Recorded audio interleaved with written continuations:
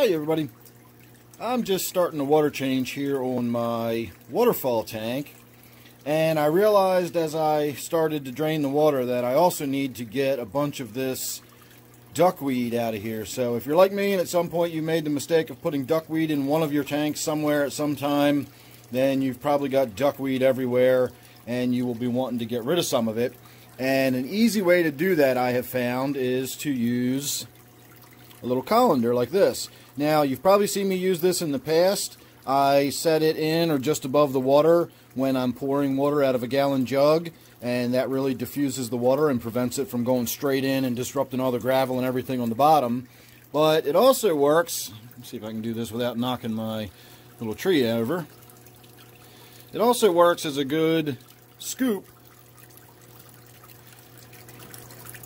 to collect it up this way.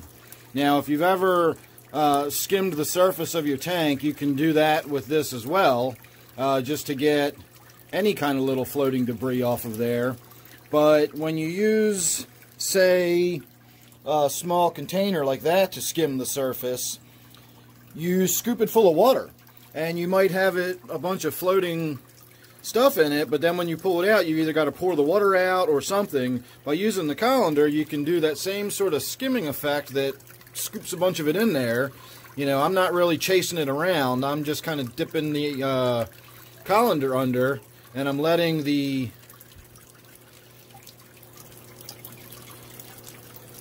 duckweed flow in. And then, of course, lift it up and it drains it right out. And then if you've got a handy-dandy bucket,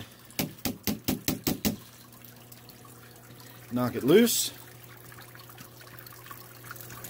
and you get right back to it.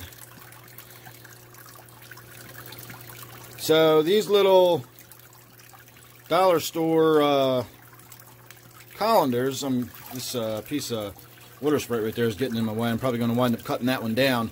I wound up spraying a bunch of hydrogen peroxide in there to kill all the aphids, and I did not dilute it.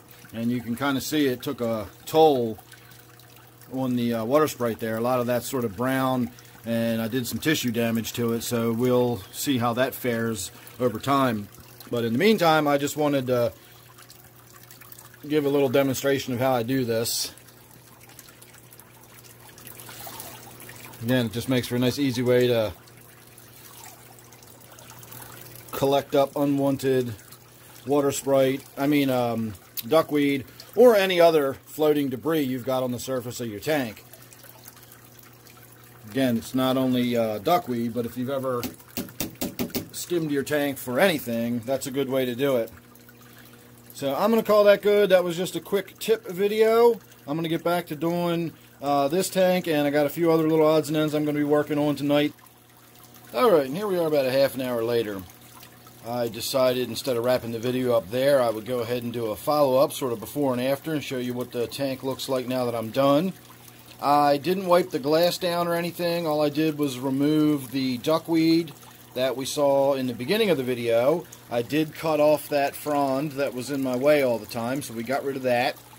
I used a little bit of hydrogen peroxide, and I sprayed down some really funky, weird, moldy looking stuff that was growing on the wood. I got a really serious foaming reaction, so not really sure what that was all about, but I got it sprayed nonetheless.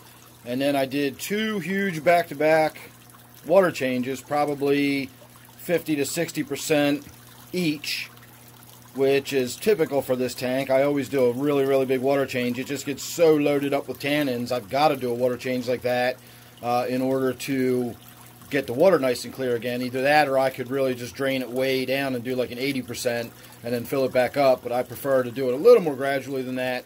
So I do about a 50%, fill it back up, and then I do another 50% or so.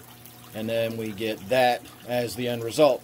So I also turned on the light that I've got hanging right here. This is a spotlight that is just an LED bought from Walmart. It's a great value brand, 5000K, and it is a very tight beam. I think it's a 60-degree angle, and it more or less shines straight down into the tank and lights up that corner there.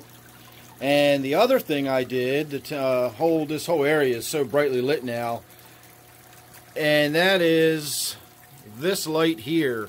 This used to be a 3000K floodlight, but I borrowed that and put it on my office tank, which I didn't like, and I didn't keep it there. But in the process of buying new lights, it wound up freeing up one of my other 5000K spotlights. So you can see how it's really just shining a tight beam.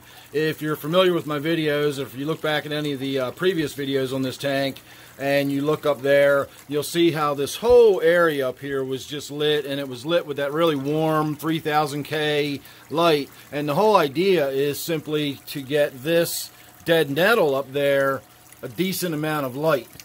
I could probably hang a small, very low wattage grow light right over top of it, and that would be fine. In fact, I wouldn't even need to use a grow light. I could just simply use a little LED over it, and that would be fine. But this also gives me the ability, when my big LED is turned off, and let's go ahead and do that for a moment, shut this one off, I can then use this one to highlight or do angles or whatever. And then this one, of course, here is just hanging on this bracket, and I can just either slide that over or move it out of the way altogether, and so it's no longer an eyesore right in front of us.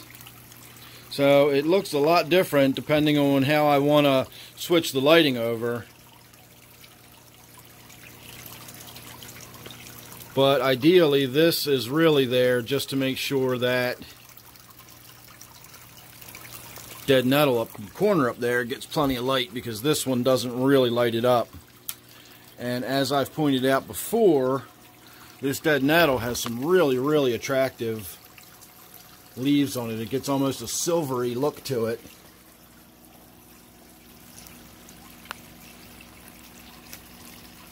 And we haven't even seen the flowers come out on it yet, so I'm really looking forward to that.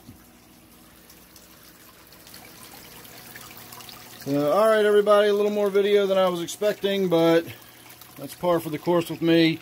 So if you're not subscribed already, make sure you are. You never know what you're going to get with me. So thanks for watching this one. Don't forget, this one here is my waterfall tank. As I said, look forward to some other stuff I've got going on around here, although I probably cut that part out, so never mind. I'll say it now. I've got a lot of other stuff going on around here. I'm working on my gudgeon tank, and I am working on my black ghost knifefish tank tonight, and I'll be doing videos of all that in the very near future. So make sure you're subscribed. You won't miss any of that. And again, don't forget, this one here is my waterfall tank. So thanks again. I'll see you real soon in the next one.